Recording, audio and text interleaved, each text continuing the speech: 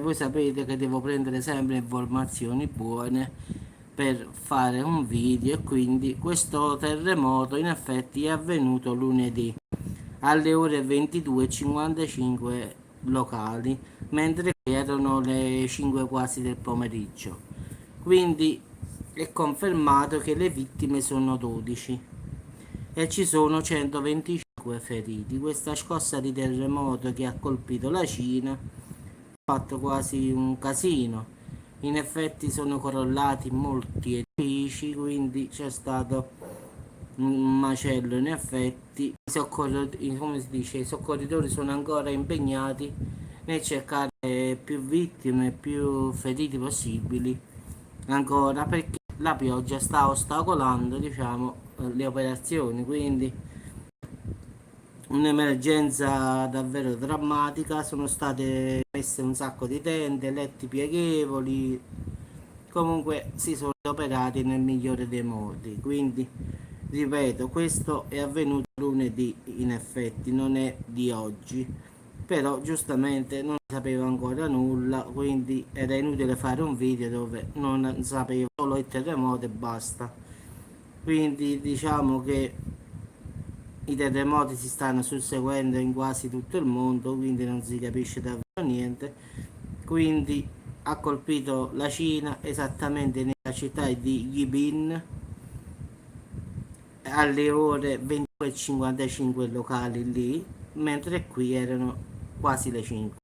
Poi c'è stato un susseguirsi di scosse di assestamento, più o meno 62, da quanto riferito, diciamo, dalle ultime notizie che ci sono oggi.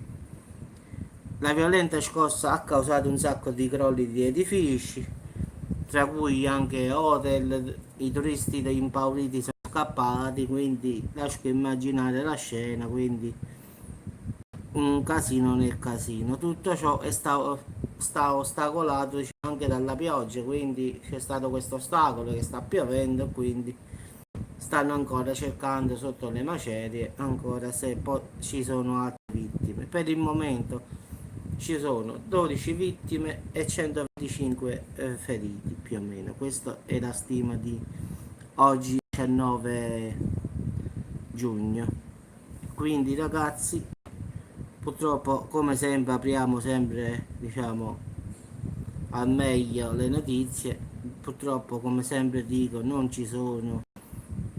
mai notizie belle. Quindi la magnitudo era di 6, che si è seguita poi da 60 scosse di assestamento, quindi ha fatto un bel casino.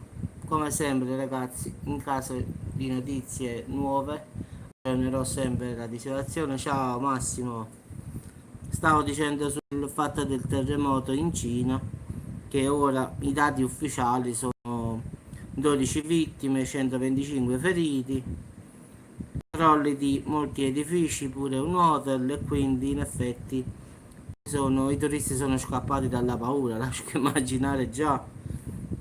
Quindi però loro sono ben organizzate, hanno fatto subito 5.000 tende, 10.000 letti a disposizione, e hanno provveduto alla miglior maniera di mettere queste persone che stanno senza casa, senza, in questo, diciamo, che hanno creato loro.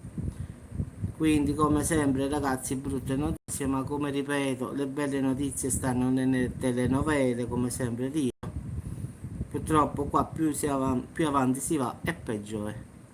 Ragazzi, buona giornata, e abbiamo aperto il primo, diciamo, la prima diretta con mi dispiace, un terremoto che è avvenuto sì lunedì, però le vere notizie, come si sa, non si sanno mai subito.